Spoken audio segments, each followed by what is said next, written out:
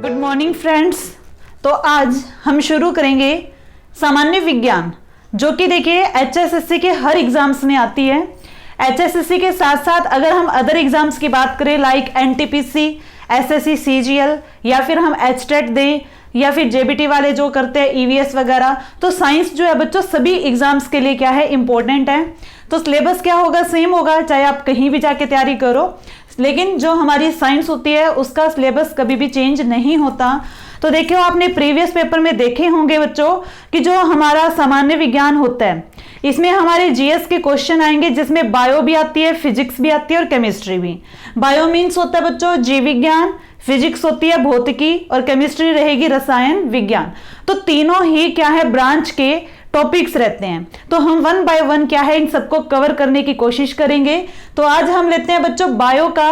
देखिए बायो बड़ी इंपॉर्टेंट है, ज्यादातर क्वेश्चन बायो के ही रहते हैं। तो जीव विज्ञान जो है बच्चों, आज हम शुरू करेंगे जीव विज्ञान, और उसका फर्स्ट चैप्टर रक्त परिसंचरण तंत्र। तो देखिए रक्त परिसंचरण तंत्र, अगर हम वैसे सिलेबस की बात करें तो जीव विज्ञान में सिलेबस में सबसे पहले हम मनुष्य के सभी तंत्रों के बारे में पढ़ते हैं। सभी तंत्र कौन कौन से होते हैं, सबसे पहले तो देखिए यही लिख दिया, रक्त परिसंचरण तंत्र। सेकंड क्या होगा, ग्रंथियों का तंत्र, कोशिका हो गई, कंकाल तंत्र, ठीक है, मांसपेशियां, स्केलेटन सिस्टम, रिप्रोडक्टिव सिस्टम, प्रजनन तंत्र। मीन्स क्या है कि हमारे शरीर में क्या है, बहुत सारे क्या बच्चों सिस्टम है, लाइक श्वसन तंत्र, उत्सर्जन तंत्र। तो ये क्या है, बायो के कम से कम 9 चैप्टर आपके इन सिस्टम से ही बन जाते हैं। तो बायो देख लो आप कितनी इंपॉर्टेंट है।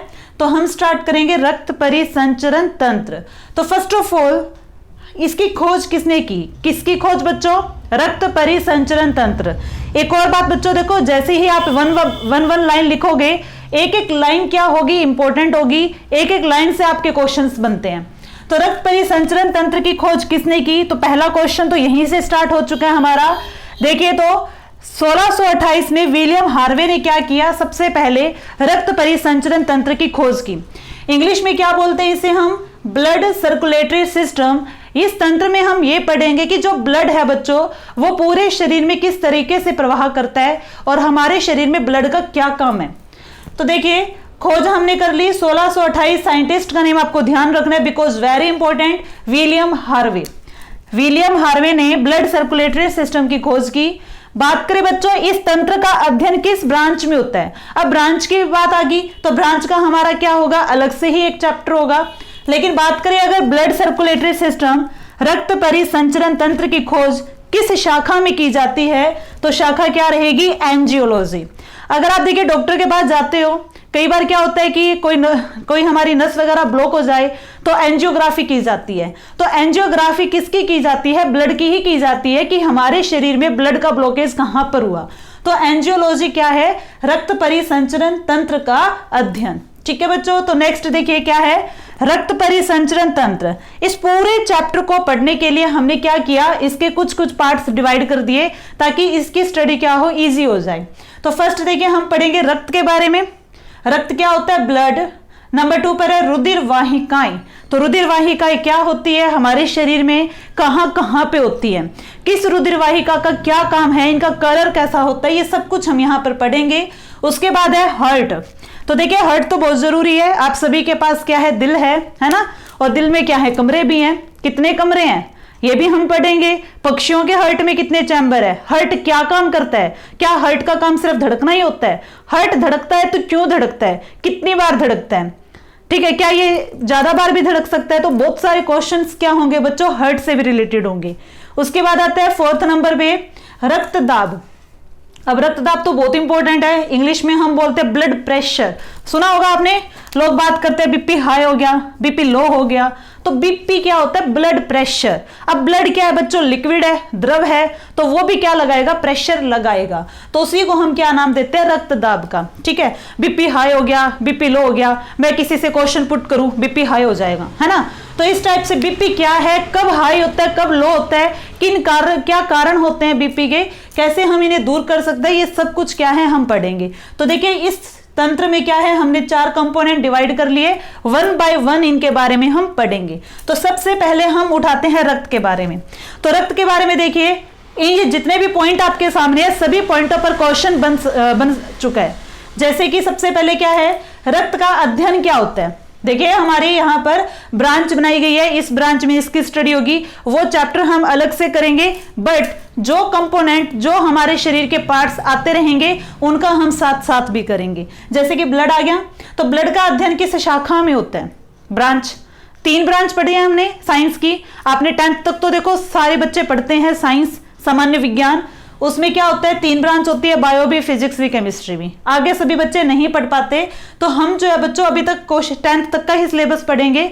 लेकिन देखिए आजकल जो कॉम्पिटिटिव एग्जाम्स हैं उनमें 10th तक के सिलेबस में बात नहीं बनती, थोड़ा सा डीप में आने लग गया है, तो हम पूरी कोशिश करेंगे कि आपका सिलेबस जो है पूरा कंप्लीट हो। उसके बाद देखिए ब्लड की स्टडी को हम क्या बोलेंगे, अब रक्त का अध्ययन क्या होगा, हेमेटोलॉजी। अब हेमेटोलॉजी ही क्यों बना, अगर इस वर्ड को हम देखें तो यहां पर 2 वर्ड्स हैं, हेमेटो और लॉजी। लॉजी तो क्या होता है, स्टडी, हेमेटो क्या होगा, हीमोग्लोबिन। तो सुना होगा आपने हमारे शरीर में हीमोग्लोबिन होता है, हीमोग्लोबिन को हम बोलते हैं HB। जैसे कि हमें फीवर होता है, डॉक्टर के पास जाते हैं, डॉक्टर क्या करता है, ब्लड टेस्ट, ब्लड टेस्ट में क्या होगा, है ना, सुई होगा, सुई बोलते हो, नीडल होती है एक्चुअल में, वो नीडल से क्या करेगा, हमारा ब्लड टेस्ट करेगा। एक स्लाइड होती है कांच का टुकड़ा, फिर माइक्रोस्कोप में देखेगा, स्लिप लेगा, स्लिप पे लिख देगा भी इतना तेरे में तो 12 ग्राम हीमोग्लोबिन है, और हम खुश हो जाते हैं कि 12 ग्राम खून है। वो उन्होंने खून नहीं बताई, उन्होंने क्या बताया, HB का परसेंटेज बताया।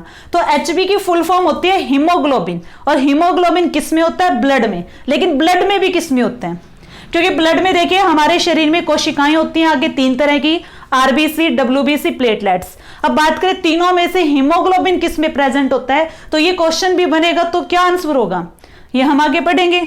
एक्चुअल में हीमोग्लोबिन प्रेजेंट होता है इन RBC। ओके, तो हीमोग्लोबिन के कारण और RBC की संख्या हमारे ब्लड में क्या होती है, ज्यादा होती है, इसीलिए रक्त का अध्ययन क्या कहलाता है, हेमेटोलॉजी। हेमेटोलॉजी, हेमेटो कहां से आया, ध्यान रखेंगे हीमोग्लोबिन से, और लॉजी मीन्स तो अध्ययन होता है, तो क्या होगा, रक्त का अध्ययन क्या हो जाएगा, हेमेटोलॉजी। उसके बाद देखिए number 2, very important question, Haryana police का जो एग्जाम होता है उसमें तो बहुत बार पूछा जाता है कि रक्त का pH मान कितना होता है, pH वैल्यू। अब pH क्या होगा, मोस्टली स्टूडेंट को ये नहीं पता होता pH क्या होता है। देखिए pH तो होती है power of hydrogen ion. pH एक स्केल होता है बच्चों, जिसमें हमारी 0 से लेकर 14 तक रीडिंग्स होती है। उसमें क्या होगा, 7 से नीचे अगर किसी का pH मान हो तो वो एसिड होता है, अम्ल होता है। pH मान अगर 7 से ऊपर हो तो वो क्या होता है, क्षार होता है, बेस होता है। ठीक है, लेकिन हमारे ब्लड का pH मान कितना होना चाहिए, मैं नॉर्मल की बातें करूंगी, ये नहीं कि हर एक इंसान की बात करूं। अब बोलने में तो 7.4 है, लेकिन हो सकता है कि मेरा इस टाइम कुछ और हो, किसी और व्यक्ति का कुछ और हो। हम साइंस में क्या करेंगे, जनरल केसेस की बात करेंगे जो कि होना चाहिए। तो रक्त का pH मान कितना होना चाहिए, 7.4। अब बताओ हमारा जो ब्लड है वो अम्लीय है, क्षारीय है, उदासीन है, क्या है। देखिए 7 से नीचे जो होता है वो एसिड होता है, अम्लीय होता है। 7 से ऊपर जो होता है वो बेसिक होता है, क्षारीय होता है। बट हमारे ब्लड का pH मान कितना है, 7.4। इट मीन्स थोड़ा सा ऊपर है, इसीलिए हम ब्रैकेट में ये जरूर लिखेंगे थोड़ा सा क्षारीय। थोड़ा सा क्या होता है, क्षारीय है। अगर हमारे ब्लड की pH वैल्यू ऊपर नीचे हो जाए तो शरीर में बीमारियां उत्पन्न हो जाती हैं। क्या है, एक तरल संयोजी उत्तक है। देखिए मैं अभी तक कोई हाई लेवल पे नहीं गई हूं, अभी हम थोड़ा एनसीईआरटी की बुक से ही कर रहे हैं, क्योंकि एनसीईआरटी से ही क्वेश्चंस उठाती है कोई भी कॉम्पिटिटिव एग्जाम्स जो भी कंडक्ट होता है। तो ध्यान रखिए रक्त क्या है बच्चों, एक तरल संयोजी उत्तक है। पता होगा सभी को, ब्लड देखने में लिक्विड है और साथ में क्या है, संयोजी उत्तक है। अब संयोजी क्या होता है, संयोजी मतलब संयोजन। संयोजन होता है जो एक से ज्यादा पदार्थों से मिलकर बना हो। इसी टाइप से ब्लड क्या है, संयोजी उत्तक है। तो पहले फोकस करें कि उत्तक क्या चीज होती है। उत्तक को हम इंग्लिश में बोलते हैं टिश्यू। अब टिश्यू क्या चीज होती है, देखिए हम जो है हमारे अंदर क्या है, बहुत सारी कोशिकाएं हैं। तो एक बहुत सारी कोशिकाएं मिलकर क्या बना देती है, टिश्यू बना देती है। तो उत्तक एक्चुअल में तो कोशिका ही है, लेकिन एक नहीं है, बहुत सारी हैं। तो ब्लड भी क्या है, ब्लड में बहुत सारी क्या है, कोशिकाएं हैं, और क्या है वो संयोजी है, इसीलिए हम क्या बोलते हैं, ब्लड एक क्या है, तरल संयोजी उत्तक, इंग्लिश में संयोजी को हम बोलेंगे कनेक्टिव, उत्तक को हम बोलेंगे टिश्यू। तो ये क्वेश्चन भी अराइज होता है एग्जाम्स में, वो क्या करेंगे, हमें लिख के दे देंगे कि रक्त एक डैश उत्तक है। अब डैश क्या है यहां पर फिल करना है हमें, तो डैश में हम क्या फिल करेंगे, तरल संयोजी क्या है, उत्तक है। उसके बाद देखिए रक्त के बारे में नेक्स्ट पॉइंट, जैसे कि मैंने बताया कि हीमोग्लोबिन का डॉक्टर्स हमें जस्ट क्या बताते हैं, परसेंटेज, लेकिन एक मनुष्य में ब्लड की अमाउंट कितनी होनी चाहिए, वेरी इंपॉर्टेंट क्वेश्चन जो कि बहुत बार पेपर में पूछा गया। एचएसएससी ने काफी पेपरों में ये क्वेश्चन पुट किया कि मानव जो वयस्क होता है उसमें कितना लीटर होता है, तो ऑप्शन दे देंगे आपको लाइक 5 से 6 लीटर, 6 से 7 लीटर, 7 से 8 लीटर या 8 से 9 लीटर। तो क्या होगा एग्जैक्ट आंसर, 5 से 6 लीटर जो होता है वो नॉर्मल होता है। अब आप कहोगे हम तो क्या कर लेते हैं, रट्टा लगा लिया 5 से 6, लेकिन देखिए कुछ एग्जाम्स के अंदर ये ऑप्शन क्या थे, 5 अलग दे दिया और 6 लीटर अलग दे दिया। तो इस टाइप से कुछ एग्जाम्स में 5 लीटर 6 लीटर को भी ऑप्शन बना के दे देते हैं। अब हमारा आंसर क्या होगा, अब आपको टिक करना होगा 5 लीटर पे। तो ये ध्यान रखने हैं, थोड़ा सा डीप में भी चले जाते हैं। तो 5 से 6 अगर आता है हमारा ग्रुप में, अगर सिंगल सिंगल पूछे तो आप क्या आंसर लगाएंगे, 5 लीटर। ध्यान से देख लीजिए, अभी हमने चैप्टर की जस्ट शुरुआत की है। सबसे पहले हमने चैप्टर उठाया बायो का, और जीव विज्ञान में हमारा चैप्टर क्या है, रक्त परिसंचरण तंत्र, जो कि हम किसका पढ़ेंगे, मनुष्य का। उसके बाद इसकी खोज किसने की, 1628 में हुई विलियम हार्वे के द्वारा। एंजियोलॉजी पूछ लिया जाए, ब्रांच भी आती है, देखो आपने देखा भी होगा, उठा के देखना आप एग्जाम्स को प्रीवियस, तो आपको मिलेंगी ब्रांचेस। एंजियोलॉजी में किसकी स्टडी होती है, रक्त परिसंचरण तंत्र का। बात करें ब्लड की, इसके कितने पार्ट्स हैं आगे फर्दर, ब्लड है, रुधिर वाहिकाएं भी होती है, हार्ट भी है, रक्तदाब भी है। तो रक्त के बारे में हमने स्टार्ट किया कंप्लीट पढ़ना। तो रक्त का अध्ययन क्या कहलाता है, हेमेटोलॉजी। हेमेटोलॉजी क्यों कहलाया, बिकॉज ब्लड में क्या होता है, हीमोग्लोबिन, हीमोग्लोबिन से बना हेमेटो शब्द, और लॉजी मीन्स होता है अध्ययन। पीएच मान हमने कर लिया, तरल संयोजी उत्तक होता है, और यहाँ पर ब्लड की अमाउंट कितनी है, 5 से 6 लीटर। नेक्स्ट जो हम पढ़ेंगे ब्लड में क्या क्या होता है, कितना परसेंट होता है, तो ब्लड को हमने मेनली 2 पार्ट्स में क्या कर दिया, डिवाइड कर दिया। 2 भाग कौन से हैं, फर्स्ट तो है देखिए रक्त कोशिकाएं, रक्त कोशिकाएं यानी कि ब्लड सेल। नंबर 2 है प्लाज्मा। अब क्वेश्चन यहीं से राइज होना स्टार्ट हो जाता है, अगर ये पूछ लिया जाए एग्जाम्स में कि रक्त का ठोस भाग कौन सा होता है, देखिए ध्यान से सुने, रक्त का ठोस भाग कौन सा होता है, तो क्या होगा, रक्त कोशिकाएं। ये क्या होती है, सॉलिड पार्ट, और रक्त का क्या होता है, द्रव पदार्थ कौन सा होता है, प्लाज्मा। ध्यान रखें, ब्लड का ठोस पार्ट क्या होगा, ठोस भाग क्या होगा, रक्त कोशिकाएं, और रक्त का द्रव भाग क्या होगा, लिक्विड पार्ट प्लाज्मा। ठीक है, उसके बाद आता है रक्त कोशिकाएं, कि ब्लड में कौन कौन सी क्या है, सेल्स हैं। तो बात करें 3 तरह की सेल्स होती है हमारे ब्लड में। नंबर 1 देखिए आरबीसी, नंबर 2 है, हम ये शॉर्ट फॉर्म राइट कर रहे हैं, WBC, and number 3 is platelets. ध्यान से सुने, प्लेटलेट्स, हिंदी में भी हम क्या बोलेंगे, प्लेटलेट्स। और प्लेटलेट्स को अगर बात करें प्योर हिंदी में तो क्या लिखा होता है, बिंबाणु। तो बात करें आरबीसी की, तो क्वेश्चन ये भी अराइज होगा, आरबीसी की फुल फॉर्म क्या है। तो आरबीसी की फुल फॉर्म क्या बनेगी, देखिए आर से यहां क्या बनेगा, रेड, बी से बनेगा ब्लड, और सी से बनता है बच्चों सेल्स भी ठीक है, कॉर्पस्कल्स भी ठीक है। कॉर्पस्कल्स का मीनिंग है कनिकाएं। कनिकाएं क्या होंगी, ब्लड में छोटे छोटे कण, सेल्स भी बोल सकते हैं। तो लाल रक्त कनिकाएं क्या होती हैं, आरबीसी होती हैं। उसके बाद है डब्ल्यूबीसी। डब्ल्यूबीसी क्या होंगी, white blood cell. White blood cells means श्वेत रक्त कनिकाएं। ठीक है, देखिए ये तो क्या है, रेड है, ये क्या है, व्हाइट है। उसके बाद क्या है, प्लेटलेट्स। प्लेटलेट्स क्या है, जस्ट बिंबाणु। ठीक है, उसके बाद देखिए आरबीसी का बात करें, एक और नाम साइंस के वे से नेम, साइंटिफिक नेम। आरबीसी तो हम जानते हैं, लेकिन ये आ जाए कि आरबीसी का अनदर नेम क्या होगा, तो अनदर नेम क्या होगा इसका, इरिथ्रोसाइट। ध्यान रखें, आरबीसी को इरिथ्रोसाइट कहा जाता है। ये देखिए इरिथ्रोसाइट, साइट का मतलब होते हैं कनिकाएं, छोटी छोटी क्या है, कनिकाएं हैं। उसके बाद है डब्ल्यूबीसी। डब्ल्यूबीसी का अनदर नेम क्या होगा, scientific name, that is leucocyte. Leuco means होता है भी कलरलेस। ध्यान रखिए, विज्ञान में ये ल्यूको शब्द जब भी आएगा इसका मतलब होगा कलरलेस, कोई रंग नहीं होता, रंगहीन होता है। उसके बाद आता है प्लेटलेट्स का, तो क्या बन जाएगा थ्रोम्बोसाइट, ध्यान रखें थ्रोम्बोसाइट, इरिथ्रोसाइट, ल्यूकोसाइट, थ्रोम्बोसाइट, ये क्या है, दीज आर साइंटिफिक नेम, ये है इनके वैज्ञानिक नाम। उसके बाद देखिए ये तो था रक्त का ठोस भाग, कितना परसेंट होता है 45%, 100 में से 45% भाग क्या होगा, ठोस भाग होगा, जबकि जो 55% हमारा बचा 55 वो क्या होगा, द्रव भाग होगा। तो प्लाज्मा में क्या क्या होता है, प्लाज्मा में मेन रोल होता है जल का, वाटर का, कितना परसेंट रहेगा 90%, और 10% क्या होगा अन्य पदार्थ, अन्य पदार्थों में क्या आ जाएंगे, like hormones, enzymes, proteins, carbohydrates, खनिज लवण, लाइक दिस। ठीक है, तो ये था रक्त के बारे में।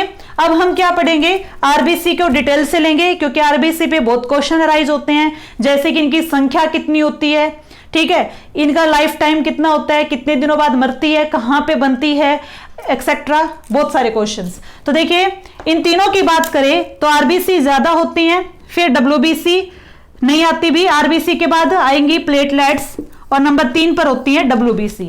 हमारे ब्लड में सबसे ज्यादा प्रेजेंट होती हैं आरबीसी, फिर होंगी प्लेटलेट्स, और तीसरे नंबर पे आता है, हम पढ़ेंगे आरबीसी के बारे में। तो आरबीसी आपको बता दिया, full form red blood cells, Hindi में बात करें लाल रक्त कणिकाएं, और साइंटिफिक नेम इज इरिथ्रोसाइट। देखिए इनका जीवन काल, बात करें जीवन काल की, जीवन काल क्या होता है, जन्म से लेके मरने तक का जो टाइम होता है उसे हम क्या बोलते हैं, जीवन काल। अगर हमारी बात करें तो मनुष्य का जो जीवन काल है, साइंस अगर पूछ ही ले मनुष्य का जीवन काल बताइए, तो क्या हम 100 साल लिखेंगे, 105 साल लिखेंगे, नहीं जी, हमारा जीवन काल कितना एस्टिमेट किया, 65 ईयर, 65 वर्ष। इसी टाइप से डॉग का अपना होता है, गाय का, भैंस का, सबका क्या होता है, जीवन काल होता है। हम बात करेंगे आरबीसी की, जो हमारे ब्लड में कोशिकाएं हैं उनका भी क्या है, जीवन काल है। तो लाइफ स्पैन की बात करें तो आरबीसी केवल 120 दिन तक जीवित रहती है। देखिए 120 डेज, वेरी इंपॉर्टेंट क्वेश्चन जो कि बहुत बार आया है एग्जाम में, कि जीवन काल कितना होता है आरबीसी का, 120 डेज का।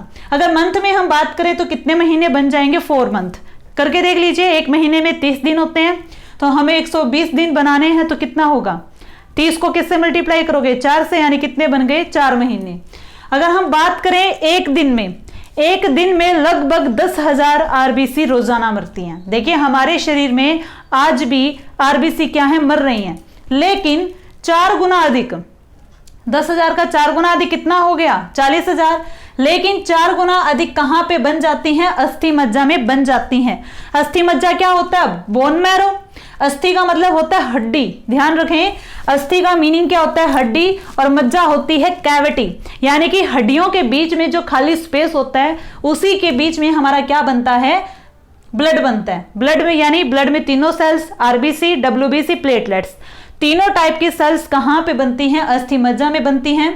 अगर हम बात करें बच्चों, देखो मर रही है आरबीसी, तो इस टाइप का क्वेश्चन भी एग्जाम में देखने को मिला है कि आरबीसी का कब्रिस्तान किसे कहा जाता है, कब्रिस्तान यानी कि ग्रेवयार्ड ऑफ आरबीसी। आरबीसी मरने के बाद कहां पे स्टोर होती हैं, तो ध्यान रखेंगे प्लीहा। अब ये प्लीहा क्या है बच्चों, देखिए हमारे शरीर में जब हम पाचन तंत्र पढ़ेंगे तो पाचन तंत्र के डायग्राम में आता है पेनक्रियास, जो कि पेट के नीचे एक ग्रंथि है, इस ग्रंथि के कॉर्नर पर यहां पर क्या होता है, प्लीहा होता है, एक छोटा सा क्या है, अंग है। तो प्लीहा में क्या होगा, आरबीसी मरने के बाद क्या होती हैं, स्टोर होती हैं। तो इसके आपको अदर नेम्स भी याद रखने हैं, प्लीहा, इंग्लिश में स्प्लीन, हिंदी में बात करें तो ग्रीवा या फिर तिल्ली भी कहा जाता है। तो अगर ऑप्शन में बाय चांस देखिए आप प्रेफरेंस दोगे प्लीहा को, लेकिन बाय चांस क्या है, प्लीहा नहीं है ऑप्शन में और हमें दे दिया लीवर, तो हमारा करेक्ट आंसर क्या बन सकता है, लीवर भी बन सकता है, क्योंकि हमारे शरीर में आरबीसी लीवर में भी डैमेज होती हैं। तो इसीलिए इसके क्या रहेंगे, 2 आंसर।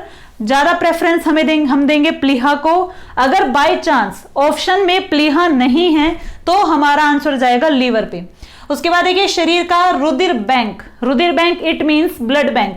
अब हमारे शरीर में भी क्या होगा, ब्लड स्टोर होगा। स्टोर होने का मतलब क्या, आरबीसी मरने के बाद कहां इकट्ठी हुई थी, अभी हमने इसमें देखा आरबीसी का कब्रिस्तान, जो कि क्या था, प्लीहा था। तो आरबीसी का देखिए ब्लड बैंक, शरीर का रुधिर बैंक किसे हम बोलेंगे, प्लीहा को ही बोलेंगे। और इसका सिर्फ क्या होगा, एक ही आंसर बनेगा प्लीहा। उसके बाद देखिए आरबीसी का निर्माण कहां पर होता है, कहां पे होगा, अस्थि मज्जा, जिसे हम क्या बोलते हैं, बोन मैरो। संख्या की बात कर ली, अगर आरबीसी की काउंट की बात अगर हम करें तो महिलाओं में देखिए क्या होता है, ब्लड कम होता है और पुरुषों में क्या होता है, ज्यादा होता है। महिलाओं में ब्लड कितना होता है, 4.5 से 5 मिलियन पर मिलीमीटर क्यूब। देखिए महिलाओं में आरबीसी की संख्या हम कितनी कर रहे हैं, इतने मिलियन पर मिलीमीटर क्यूब। पर मिलीमीटर क्यूब किसकी इकाई है, आयतन की, यानी कि बिल्कुल थोड़ी सी जगह में इतनी सारी क्या है, आरबीसी है। इसी टाइप से बात करें पुरुषों में, तो पुरुषों में संख्या क्या रहेगी, 5 से 5.5 मिलियन पर मिलीमीटर क्यूब। उसके बाद हम बात हैं कि हमारा ब्लड लाल रंग का क्यों है। अगर एग्जाम में आ जाए कि ब्लड का कलर रेड क्यों है, तो उसका कारण है आरबीसी, क्योंकि हमारे ब्लड में क्या है, आरबीसी है, इसीलिए रक्त का रंग क्या होता है, लाल होता है। अब बात करें कि आरबीसी का रंग लाल क्यों है, तो आरबीसी में क्या प्रेजेंट होता है, हीमोग्लोबिन। ध्यान रखें आरबीसी में क्या प्रेजेंट होता है, हीमोग्लोबिन, और हीमोग्लोबिन का सिंबल क्या होगा, HB। HB का मीनिंग है हीमोग्लोबिन। हीमोग्लोबिन क्या है बच्चों, एक वर्णक है। वर्णक क्या होते हैं, पिगमेंट्स क्या होते हैं, वर्णक ये क्या होते हैं, स्पेसिफिक पदार्थ होते हैं जो हमारे शरीर में क्या करते हैं, कलर्स देते हैं। तो हीमोग्लोबिन क्या है, एक पिगमेंट है, जिसके कारण क्या है, आरबीसी का रंग लाल है, और आरबीसी लाल है इसीलिए हमारा ब्लड भी कैसा है, रेड है। अब एक और बड़ा इंपॉर्टेंट क्वेश्चन देखिए, देखा होगा आपने, बहुत सारे एग्जाम्स में आया है कि हीमोग्लोबिन में कौन सी धातु पाई जाती है, which metal is present in haemoglobin. तो हीमोग्लोबिन में कौन सी धातु है, आयरन। हीमोग्लोबिन में कौन सी मेटल रहेगी, आयरन। आयरन का सिंबल क्या होता है, Fe। आयरन का सिंबल क्या होगा, Fe। उसके बाद देखिए कहते हैं कि आयरन की गोलियां दी जाती हैं महिलाओं को खाने के लिए, तो आयरन की ही गोलियां क्यों दी जाती हैं, क्योंकि देखिए आयरन से क्या बनता है, हीमोग्लोबिन, हीमोग्लोबिन से क्या बनेगा, आरबीसी, आरबीसी से क्या बनेगा, हमारा ब्लड।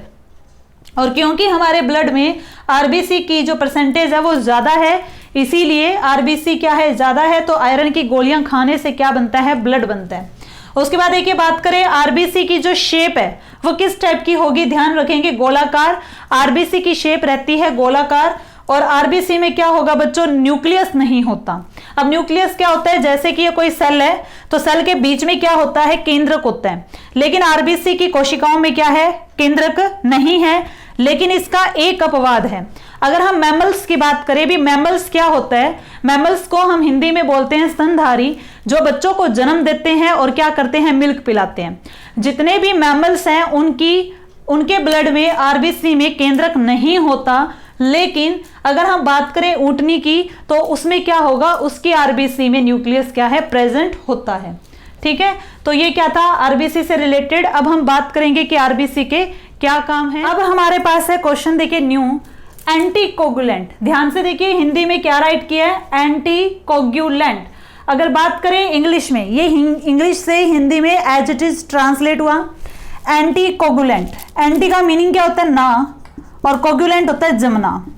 इट मीन्स देखिए हमारे शरीर में ब्लड जो है वो लिक्विड फॉर्म में, द्रव है, तो ब्लड जमता क्यों नहीं है। अगर हमारे शरीर की बात करें तो हमारे शरीर में रक्त जमता क्यों नहीं है, क्योंकि हमारे शरीर में ब्लड में क्या है, एंटीकोगुलेंट है। जिसे किसे कहा जाता है एंटीकोगुलेंट, हेपेरिन को। तो हेपेरिन की वजह से क्या है, ब्लड क्या है, हमेशा द्रव अवस्था में रहता है, वो जमता नहीं है। अब बात करें देखिए कई बार हमें चोट लग जाती है, चोट लगने के बाद जैसे ही ब्लड स्किन पे आएगा तो क्या होगा, हवा के कांटेक्ट में आते वो जम जाता है। अब क्यों जम गया वो, क्योंकि उसकी क्या हो गई, ऑक्सीजन से रिएक्शन हो गई। जो हमारे वातावरण में फ्री ऑक्सीजन है, ब्लड ने क्या किया, उस ऑक्सीजन से रिएक्शन की और वो जम गया। अब देखिए बात करें तो ऑक्सीजन तो हम भी लेते हैं, वो ऑक्सीजन कैसे हमारे पूरे शरीर में जाती है। सबसे पहले ऑक्सीजन हम लेते हैं नाक से, फिर जाती है हमारे फेफड़ों में। फेफड़ों में जो है रक्त में क्या है, ऑक्सीजन मिल जाती है। अब ब्लड में क्या हुआ, ऑक्सीजन मिल गई, ब्लड से वो ऑक्सीजन वाला ब्लड जाता है हमारे हार्ट में, और हार्ट क्या करता है, पूरे शरीर में ऑक्सीजन की सप्लाई करता है ब्लड के थ्रू, रक्त के थ्रू। अब देखिए तो क्या होगा कि जो रक्त है वो पूरे शरीर में ऑक्सीजन को लेकर जाता है, किसकी हेल्प से, आरबीसी की हेल्प से। और आरबीसी में ऐसा क्या था, हीमोग्लोबिन था। ठीक है बच्चों, तो अब आप बोलोगे कि ऑक्सीजन तो हमारे ब्लड में भी थी, तो ब्लड जमा क्यों नहीं, क्योंकि बच्चों जो हमारे ब्लड में ऑक्सीजन है वो फ्री नहीं है, वो कैसी है, वो कंबाइंड फॉर्म में है। तो एंटीकोगुलेंट का काम कौन करेगा? हिपेरिन करेगा। अब बात करें जो ब्लड बैंक वाले होते हैं, ब्लड बैंक वाले क्या करते हैं? ब्लड को बोतल्स में स्टोर करते हैं, तो वहां पर ब्लड जमता क्यों नहीं है? अब वहां पर हिपेरिन तो नहीं हो सकती, तो वो क्या करते हैं? हीरोडिन का यूज करते हैं। ब्लड बैंक वाले एंटीकोगुलेंट की फॉर्म में किस केमिकल का यूज करेंगे? हीरोडिन। और जो ये हीरोडिन है ये हमें कहां से मिलती है? प्लांट से मिलती है। ठीक है, उसके बाद अगर बात करें कि आरबीसी क्या काम आती है हमारे शरीर में, तो आरबीसी का जो मुख्य कार्य है बच्चों वो ऑक्सीजन का परिवहन है। हमारे पूरे शरीर में ऑक्सीजन की सप्लाई कौन करता है? आरबीसी करती है।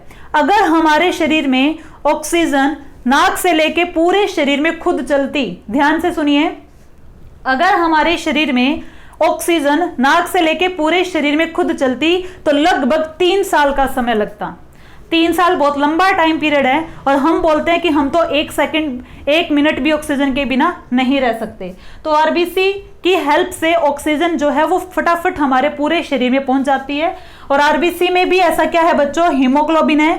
देखिए ब्लड है, ब्लड में क्या है? आरबीसी। आरबीसी में क्या है? हीमोग्लोबिन। हीमोग्लोबिन को अगर हम समझें तो देखिए इसमें 2 वर्ड्स हैं, हीम प्लस में ग्लोबिन। हीम प्लस में ग्लोबिन। हीम का मीनिंग क्या है? आयरन। हीम मीन्स आयरन, और ग्लोबिन क्या होती है? प्रोटीन होती है सर्कुलर। और हीमोग्लोबिन का भी डायग्राम देखिए तो ये क्या है? आयरन, और ये 4 जो बॉन्ड्स बनाए ये क्या है? प्रोटीन।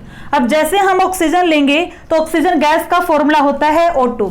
अगर मैं आपसे ये पूछूं कि एक हीमोग्लोबिन कितने ऑक्सीजन का परिवहन करता है, ध्यान से सुनिए, जल्दी से बुक्स में नहीं मिलता ये क्वेश्चन, कि एक जो हीमोग्लोबिन है वो कितने ऑक्सीजन को लेके चलता है? तो ऑक्सीजन के 4 अणुओं को लेके चलता है। कैसे?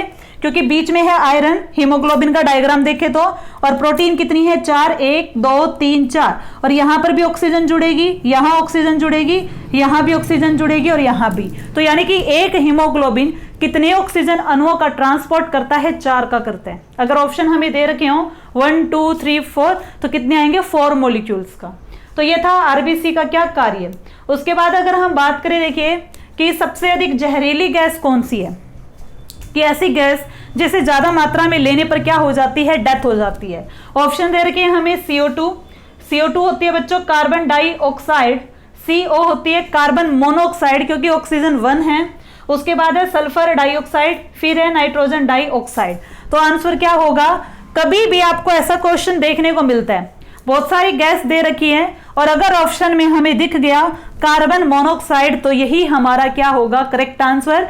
क्योंकि बच्चों सबसे अधिक जहरीली गैस क्या होगी? Carbon monoxide. अब ये जहरीली कैसी है, इसे जहरीली क्यों बोलते हैं वो भी देखो। देखिए बच्चों कंबशन की बात करें, कंबशन क्या होता है? जलना, दहन। तो दहन कितने तरह का होता है? 2 तरह का, पूर्ण दहन, अपूर्ण दहन। Complete combustion, incomplete combustion. देखिए जलने के लिए कौन सी गैस जरूरी होती है? कई बार रीजनिंग में भी ये क्वेश्चन बनाया है HSSC वालों ने। रीजनिंग में क्या बनाया? ऑक्सीजन जलना बुझाना के लिए कौन सी? तो बुझाने के लिए कौन सी गैस होगी? CO2। ऑक्सीजन से जलने के लिए जरूरी है और CO2 बुझाने के लिए जरूरी है। ठीक है, तो कंबशन में भी क्या जरूरी है? ऑक्सीजन जरूरी है। कोई भी चीज जलेगी ऑक्सीजन की प्रेजेंट में। तो पूर्ण दहन का मतलब है बच्चों जब ऑक्सीजन कंप्लीट अमाउंट में है, ऑक्सीजन की पर्याप्त मात्रा है, ऑक्सीजन अच्छे से मिल रही है, ऐसे दहन को क्या बोलेंगे? पूर्ण दहन। यानी ऑक्सीजन क्या है? पर्याप्त मात्रा में। तो कंप्लीट कंबशन में कौन सी गैस बनेगी? CO2। कौन सी गैस बन जाएगी? CO2। बात करें अपूर्ण दहन की, तो अपूर्ण दहन में बच्चों ऑक्सीजन कंप्लीट नहीं होती, ऑक्सीजन की क्या है? अपर्याप्त मात्रा होती है, सफिशिएंट नहीं होती। तो अपूर्ण दहन में कौन सी गैस बन जाएगी? CO। CO क्या होती है? Carbon monoxide. अब क्या होगा? आपने सुना होगा कि सर्दियों के टाइम में क्या करते हैं, एक कमरे में 10 आदमी सो गए और अंगीठी जला ली। अंगीठी जला ली तो देखा कि उनमें से कुछ लोग मर जाते हैं। ऐसा क्यों हुआ? वहां पर गैस बन जाती है कौन सी? Carbon monoxide. अब ये कैसे हुआ? देखिए बंद कमरा था, ऑक्सीजन नहीं आ रही थी, जो व्यक्ति सो रहे थे उन्हें भी ऑक्सीजन चाहिए, और अंगीठी में होता है कोयला, और कोयले को भी जलने के लिए क्या चाहिए? ऑक्सीजन। तो क्या होगा? ऑक्सीजन क्या होगा? अब जो सो रहे हैं इंसान वो ऑक्सीजन ले लेंगे तो कोयले को क्या मिलेगी? ऑक्सीजन पूरी तरह से नहीं मिल पाती, इसीलिए कोयले का क्या होगा? अपूर्ण दहन। और उस कमरे में कौन सी गैस बन जाएगी? Carbon monoxide. अब जो व्यक्ति सो रहे हैं उनके पास कौन कौन सी गैस है लेने के लिए? ऑक्सीजन भी होगी थोड़ी बहुत अमाउंट में, CO भी होगी, अदर गैसेज भी होगी लाइक नाइट्रोजन। लेकिन ध्यान रखें, हम देखो अगर हम बात करें, क्या हम अकेले ऑक्सीजन लेते हैं? नहीं। क्या नाक में फिल्टर लगा है? नहीं लगा। तो ध्यान रखिए, हम अकेले ऑक्सीजन नहीं लेते, हम CO2 भी लेते हैं, नाइट्रोजन गैस भी लेते हैं, हम सारी गैस लेते हैं। लेकिन हमारे ब्लड में जो हीमोग्लोबिन है वो ऑक्सीजन से जल्दी जुड़ता है। लेकिन अगर कभी हम क्या करें, CO2 भी ले लें, तो ऑक्सीजन के कंपैरिजन में CO से हीमोग्लोबिन ज्यादा जल्दी अटैच होगा। ध्यान से सुनिए, अगर हम ऑक्सीजन के साथ साथ कार्बन मोनोऑक्साइड भी ले रहे हैं तो जो हीमोग्लोबिन होगा वो कार्बन मोनोऑक्साइड से जुड़ेगा, जल्दी से टेंडेंसी ज्यादा होगी जुड़ने की। तो जब हीमोग्लोबिन CO के साथ जुड़ जाएगा तो क्या बन जाएगा? HbCO, sorry COHb। तो इसे हम क्या बोलेंगे? Carboxy haemoglobin. देखिए क्या बोलेंगे इस कंपाउंड को? Carboxy haemoglobin. जब ये बन जाएगा, अगर कोई व्यक्ति जो बंद कमरे में सो रहे थे वो कार्बन मोनोऑक्साइड को ले लेंगे तो उनके ब्लड में क्या बन जाएगा? Carboxy haemoglobin. अब देखिए, क्या हीमोग्लोबिन के साथ ऑक्सीजन अटैच हुई? नहीं हुई। तो ऐसे व्यक्ति के शरीर में ऑक्सीजन ऐड नहीं हो पाती। ऑक्सीजन ऐड ना होने की वजह से दम घुटने लगता है, और दम घुटने से क्या हो जाती है? डेथ हो जाती है। इसीलिए कहा जाता है कि जो कार्बन मोनोऑक्साइड है वो अत्यंत क्या होती है? जहरीली होती है। कार्बन मोनोऑक्साइड जहरीली क्यों है? क्योंकि ज्यादा मात्रा में लेने पर इससे डेथ हो जाती है। तो और कौन सा कंपाउंड बनेगा? Carboxy haemoglobin. और अगर हीमोग्लोबिन के साथ ऑक्सीजन अटैच हो तो कंपाउंड बनता है HbO2, जिसे हम बोलते हैं ऑक्सी हीमोग्लोबिन। ठीक है बच्चों, तो ये था हमारा आरबीसी के बारे में, आरबीसी क्या होती है और उसके कार्य। बाकी हम करेंगे नेक्स्ट लेक्चर में। Thank you.